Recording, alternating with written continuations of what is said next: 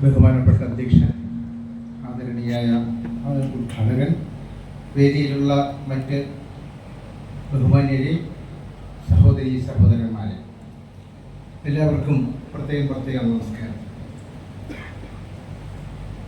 സോളാർട്ടിൻ്റെ പ്രഥമ പുരസ്കാരങ്ങളാണ് ഇന്നിവിടെ വിതരണം ചെയ്യാൻ പോകുന്നത്.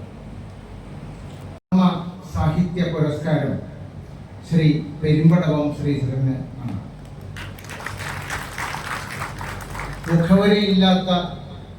മുഖവരി ആവശ്യമില്ലാത്ത ലബ്ധപ്രതിഷ്ഠനായ എഴുത്തുകാരനാണ് അദ്ദേഹം. കവിതയിലായിരുന്നു രചനയുടെ ഗണപതിക്കുറിപ്പ് നടത്തിയത്. പിന്നീട് കേരള സാഹിത്യ അക്കാദമി പുരസ്കാരം ലഭിച്ചു. അനേകം കൃതികൾ, അക്കൂട്ടത്തിൽപ്പെട്ട ഒരു സങ്കീർത്തനം പോലെ എന്ന നോവൽ ഇല്ലാത്ത കേരളീയ ഭവനം ഉണ്ടാകുമോ എന്ന് ഞാൻ സംശയിക്കുന്നു. അതിൻ്റെ 129 പതിപ്പുകളാണ് ഇതിനകം പുറത്തു വന്നത്, ലക്ഷക്കണക്കിന് കോപ്പികൾ. 1996 വയലാർ പുരസ്കാരം ഈ കൃതിക്കായിരുന്നു. അദ്ദേഹത്തിൻ്റെ കൃതികൾ പലതും ചലച്ചിത്രങ്ങൾ പറയാവുന്ന എഴുത്തുകാരനാണ് അഭിമന്യനായ പെരുമ്പടവൻ ശ്രീധരൻ സാർ. ഏറെ ആദരവോടെ സോളാർട്ട് അദ്ദേഹത്തിന് ഈ പുരസ്കാരം സമർപ്പിക്കുന്നു.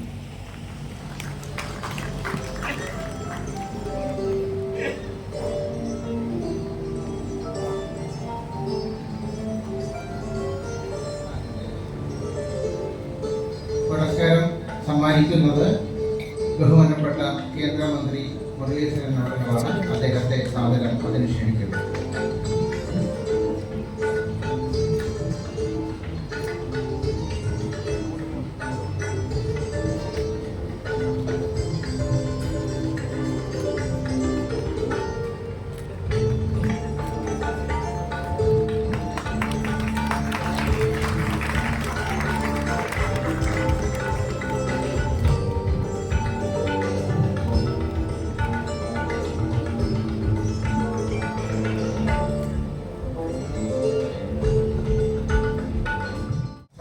വിശേഷിപ്പിക്കണം.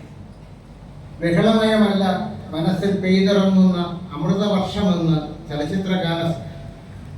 വർഷമാണ് ചലച്ചിത്രഗാന സംഗീതമെന്ന് സ്വന്തം പാട്ടുകളിലൂടെ തെളിയിച്ച വ്യക്തിയാണ് അദ്ദേഹം. സ്വന്തം ശരീരത്തെയും ജീവിതത്തെയും തൻ്റെ വയലിൻ്റെ ഭാഗമാക്കി മാറ്റിയ അദ്ദേഹത്തിൻ്റെ ജീവിതത്തിൽ വഴിത്തിരിവായി തീർന്ന ആ സംഗീതോപകരണം തന്നെയാണ് ഔസേപ്പച്ചനെ കുറിച്ച് ഓർമ്മിക്കുമ്പോൾ നമുക്ക് പെട്ടെന്ന് ഓർമ്മ വരിക. പ്രഥമ ചിത്രമായ കാതോട് കാതോരത്തിൽ തുടങ്ങുന്നു ചലച്ചിത്ര ഗാനങ്ങളിൽ വയലിനുമായുള്ള അദ്ദേഹത്തിന്റെ ആത്മബന്ധം. 1985 വന്ന കാതോട് കാതോരത്തിലെ ദേവദൂതർ പാടി സ്നേഹദൂതർ പാടി എന്ന അവസ്മരണീയ ഗാനം 37 വർഷങ്ങൾക്ക് ശേഷം അതേ പുതുമയോടെ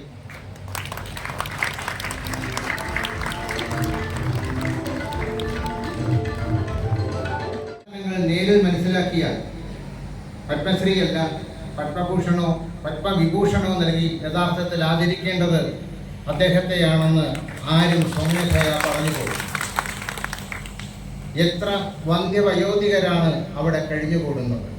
സ്വന്തം വീടുകളിൽ കഴിയുന്നതിനേക്കാൾ സന്തോഷത്തോടും സംതൃപ്തിയോടുമാണ് ഓരോ വ്യക്തിയും ഗാന്ധിഭവനിൽ ജീവിക്കുന്നത്. പലപ്പോഴും അവിടുത്തെ മാതൃകാപരമായ പ്രവർത്തനങ്ങൾ നേരിൽ കാണാനുള്ള അവസരം എനിക്കുണ്ടായിട്ടുണ്ട്.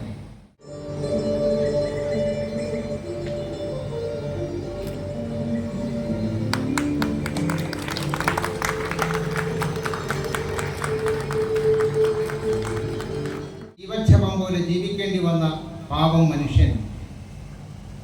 അദ്ദേഹം എത്ര നിസ്സഹായനാണെന്ന് നമുക്ക് മനസ്സിലാക്കി തരുന്ന നോവലാണ് ആടുജീവിതം. പൊള്ളുന്ന യാഥാർത്ഥ്യങ്ങളുള്ള ഈ കൃതി ഇപ്പോൾ ചലച്ചിത്രമായി മാറി ആ രംഗത്തും വിജയം കൊയ്തിരിക്കുന്നു.